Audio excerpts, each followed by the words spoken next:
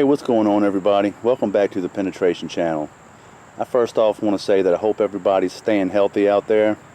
It's been a pretty good while since I've been able to upload a video for you to watch, but here in the communist state of Virginia, things has been a little crazy, and I've kind of been in conservation mode, so I haven't been able to get any practice, target practice. I haven't been shooting any for the past few months. Fortunately though, my health has been good. No one that I know has come down with any of the COVID-19 epidemic, so we're doing good around here. Hope you guys are doing the same. For today's test, we're going to be doing the 357 SIG versus the 40 Smith & Wesson versus the 10mm. We're going to be using Underwood ammo extreme penetrators in all three. See right there for the 357 SIG, it's 115 grains, traveling 1450 feet per second. For the 40 Smith & Wesson, it's a 140 grain projectile traveling 1200 feet per second. For the 10mm, it's a 140 grain projectile traveling 1500 feet per second. Okay, for the weapons today, we're going to be using, this is the last 1.0 M&P in my collection, believe it or not. This is the M&P 357 full size. This has a 4.25 inch barrel. You can see the Underwood extreme penetrator right there in the magazine ready to go. For the 40 Smith & Wesson, we're going to be using the M&P 2.0 40 full size. This also has a 4.25 inch barrel. And there we have the extreme penetrator loaded in the magazine. For the 10mm, we're going to be using the XDM10 OSP. Now I had a Glock 20. I made a video about some issues I was having with that. I could never get those resolved, so I had to ditch that, and I purchased this one. Now something we have to remember is that this 10mm has a 5.3 inch barrel, so that's going to instantaneously give the 10mm an advantage over the 40 and the 357 SIG. So we have to keep that in mind as we view the results. I do plan on purchasing the 4.5 inch barrel for this to make it, you know, a little more even, because I do try to keep things as fair as possible. Alright, I'm going to show you guys the target setup I have for today, and then we're going to get started. Okay, let's take a look at the target setup. First, in the front, as you can see, I have 357 SIG, 10mm, and 40 Smith & Wesson. I'm going to try to put those bullets into those circles if my aim hasn't gotten off over the past few months. But first we have a plate of 1/8 inch thick. This is 7075 T6 aircraft grade aluminum. Okay, that's going to start slowing down those projectiles pretty quick. I'm fully confident they're all going to make it through this first layer. And behind this piece, I have 10 of the 1/8 inch thick fiberglass panels that I've used in previous videos. Have each of those separated with 1/2 inch thick coroplast squares that I've cut out at the bottom, and I also have the top separated so the panels can't lean against each other, throwing off our results. Also have one there behind the aluminum panel. I don't think any of these are going to make it all the way through, so we should be able to determine which one outperformed the others. Okay, so I'm going to get all set up to take my 3 shots, and we'll be back. Alright, I'm going to keep you guys kind of up close and personal on the target, so hopefully you can get a good perspective on the impact. We're going to be starting off with the 357 SIG right there on the lower left side of the target. And then we're going to be shooting the 40 Smith & Wesson on the lower right side of the target. And then finally we're going to shoot the 10mm on the top center of the target. So here we go.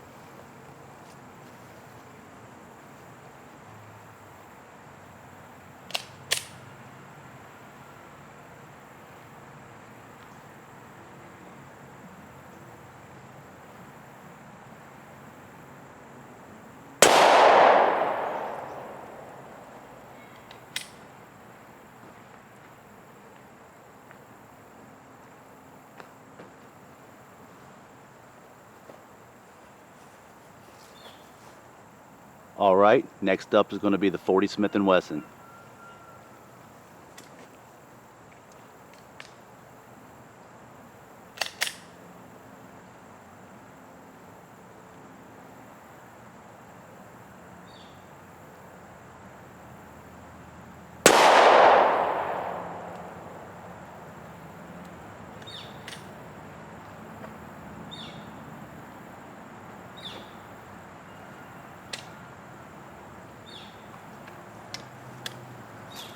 All right, and finally, the 10mm in the top center.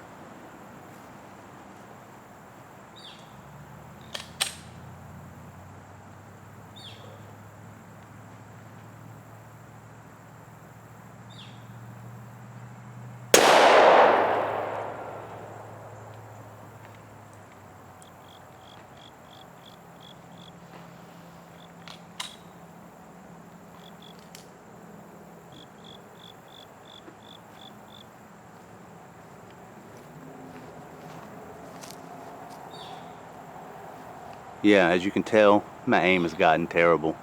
Give me a second, we're going to go check the results out. Okay, this is pretty interesting. As you can see, other than my aim sucking, there's the entrance to the 357 SIG, the one for the 10mm, and the entrance for the 40 Smith & Wesson. Unfortunately, the 357 SIG and the 10mm made it all the way through my target. There's the exit wound for the 357 SIG. There's the exit wound for the 10mm. The 40, however, was stopped on the last panel. It did make a pretty good impact on it, but if you look around here, you can actually get a pretty good look at the path it took. And there, in fact, where is it at? Let's see if I can get you a look at that. There lie the projectile for the 40 Smith & Wesson. So that was stopped by the last panel. So that's pretty incredible still, considering that it had to defeat that 1/8 inch thick aluminum. I think that would get in there and reach anything he was trying to reach. So, let's see.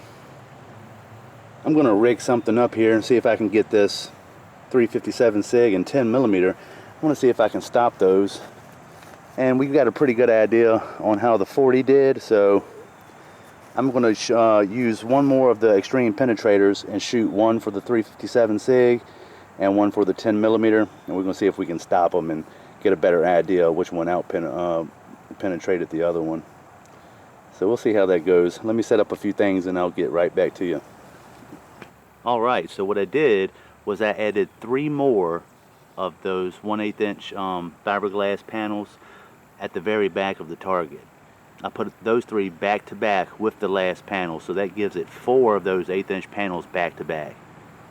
I have a very hard time believing anything will make it through all of that. That's pretty solid backstop for those projectiles. But what I'm going to do is I'm going to go ahead and fire all 3 projectiles into it one more time. We'll give the 40 another chance for redemption, because there is some variations in the ammo, the loadings. So I'm going to see if I can get my aim a little tighter this time, and we'll see how it goes. Give me just a second, we'll get started. Oh yeah, again, we're going to do it in the same order. We're going to go 357 SIG, 40 Smith & Wesson, and then finally the 10mm up top.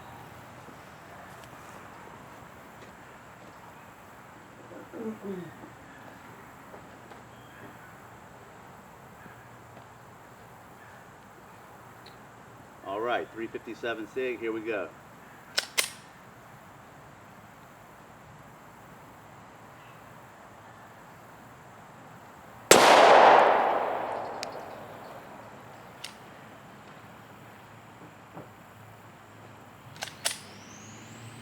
Alright, next up, 40 Smith & Wesson.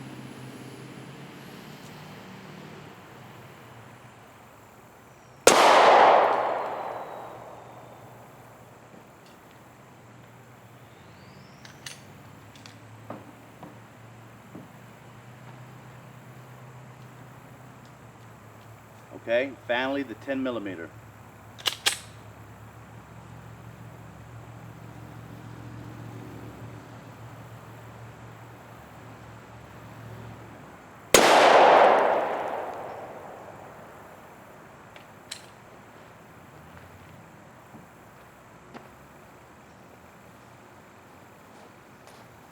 Great day. So I need some practice, to say the least. Anyway, let's see if we get any better results this time. Okay, as you can see, that's the entry for the 357 SIG. Get pretty close to right beside the one with the 10 millimeter. And there's the entry for the 40 Smith & Wesson. At least that one made it into the circle. Alright, on the back side of the target, we have there's no exit holes, so we definitely caught all three projectiles. Alright, so let me start peeling these out of here one by one. Oh boy, I'm gonna have to try to do this one-handed, so please bear with me. Probably gonna be a pain. Yeah, that's pretty solid.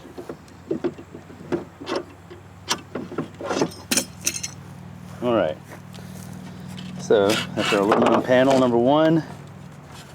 Actually, it might be better.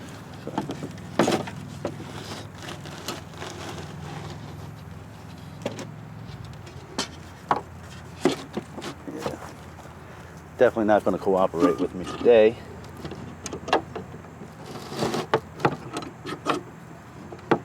Let's see. Alright.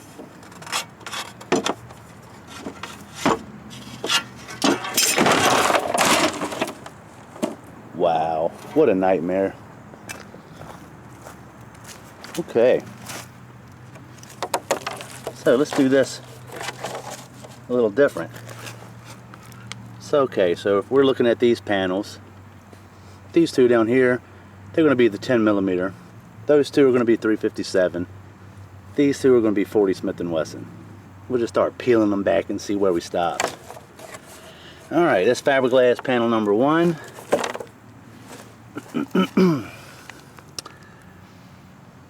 Entry holes, fiberglass panel number two. Right, number three.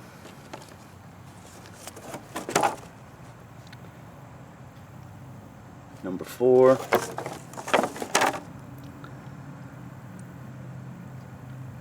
Number five.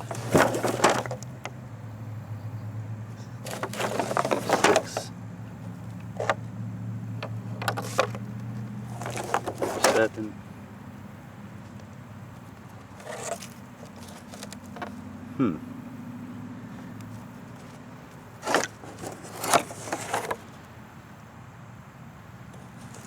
Looks like one of the 40 Smith & Wesson projectiles was stopped right here on panel number 7. It's funny because the first one that I shot made it all the way through that one. Second one, not so lucky. You see 10 millimeter and 357 are still going. 7.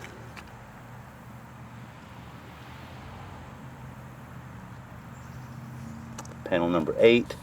One of the 40 Smith & Wessons is still trucking on through there. There's the 40 Smith & Wesson projectile that was stopped there.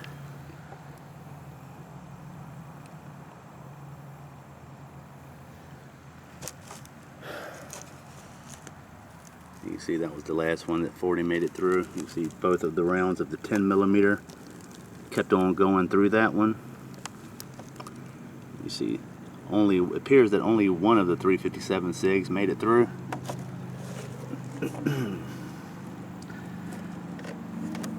Alright. So, there's the 10 millimeter. Stuck right there in the first of the 3 extra panels that I put in the back. Now the first 10 millimeter round made it all the way through all 10 of the fiberglass panels and the aluminum panel. So as you can see, when when I added these 3 panels solid, they were back to back to the target. 10mm projectile, it's stuck right there in the very first one. That's your 10mm projectile. And of course, the 357, you know, the first one that I shot made it through all 10 panels, but the second one I shot did not. So we have no impact for that, or the 40. So, and this one, the 10mm is going to be our clear winner. Yeah, you can see, even though the 10 got stopped by the first panel, it definitely made damage and impact on the second panel of those 3. Cracked the back of that, even made a little indentation on the very last panel. So that had some good oomph going behind it. Alright, well, those results were kind of quirky, but it is what it is. It's nothing scientific. I'm just out here doing some penetration tests and figured I'd share my results with you guys. Like I said, I hope everyone's staying healthy out there. I appreciate all the new subscribers, all the views on my videos, and the likes and the dislikes. If you have any more suggestions you'd like me to, you know, try out with these Underwood Extreme penetrators, any particular calibers you'd like me to try them out in, any type of media you'd like me to try to shoot it through, please leave your suggestions and comments in the comment section below. I try to respond to you guys as much as possible. And I guess I'll catch you next time here on the Penetration channel.